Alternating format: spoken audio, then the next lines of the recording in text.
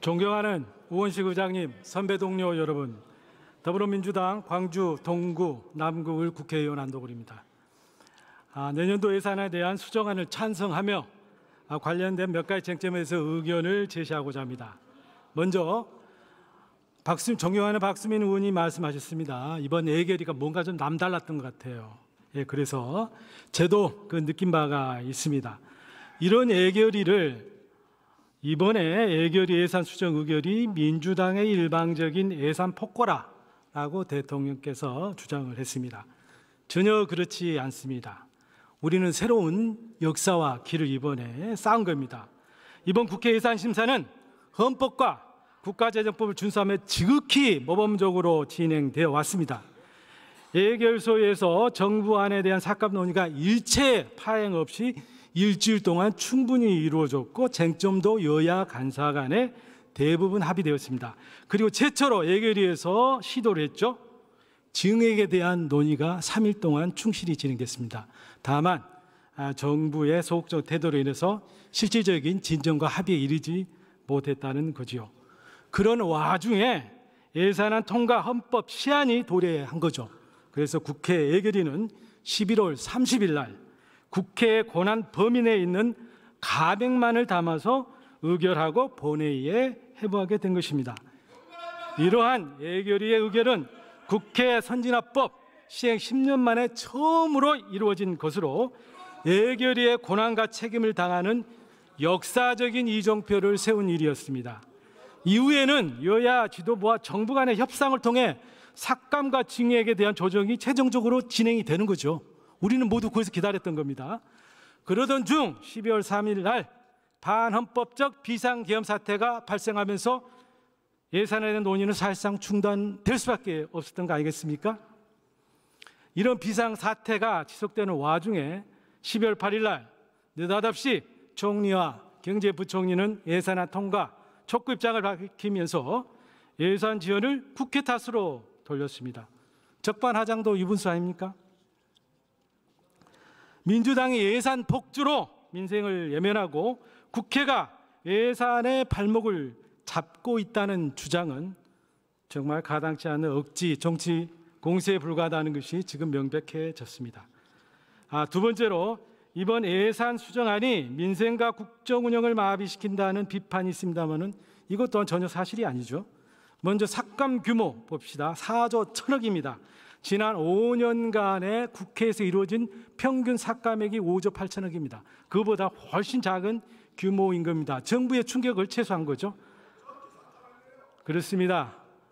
정부 그리고 정부 여당이 무리한 삭감이라고 주장하는 사업들 자세히 구구절절 이야기할 필요는 없습니다.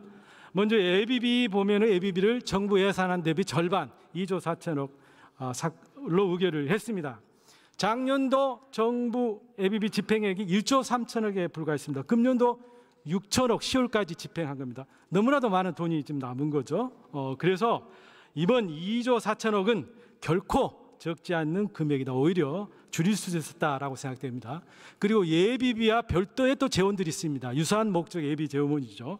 성공사 후지급이 가능한 국고채무부담행위 재원이 1조 5천억 있습니다. 그리고 재난관리부처는 별도로 재난대책비를 가지고 있어요. 이게 한 1조 됩니다.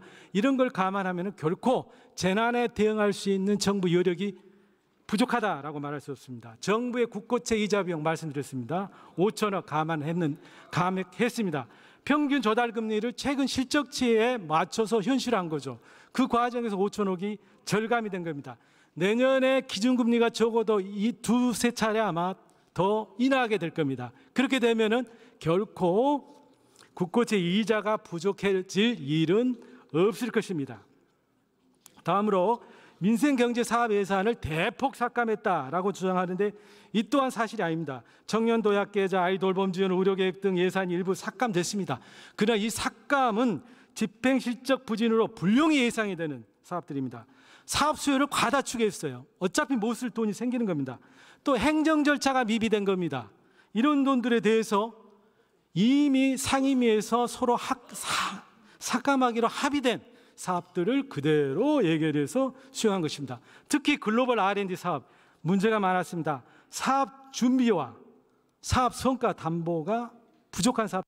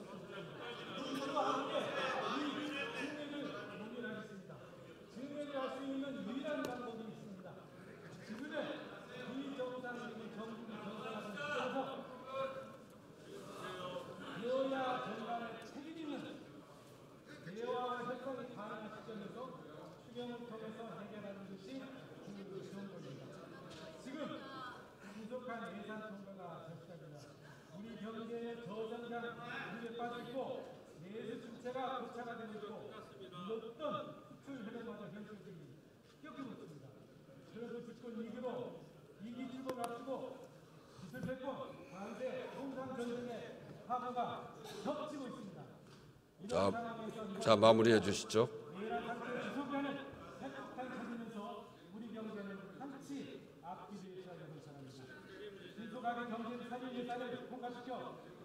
경제적 불확실성을 제거하고 국민 불안을 해소하는 것이 직파입니다. 적용하려는 문제. 예결에서 충분한 심사와 합법적 절차를 거쳐 마련된 추정안을 오늘 통과시키는데 모든 의원님들의 뜻을 모아주시기 바랍니다. 감사합니다.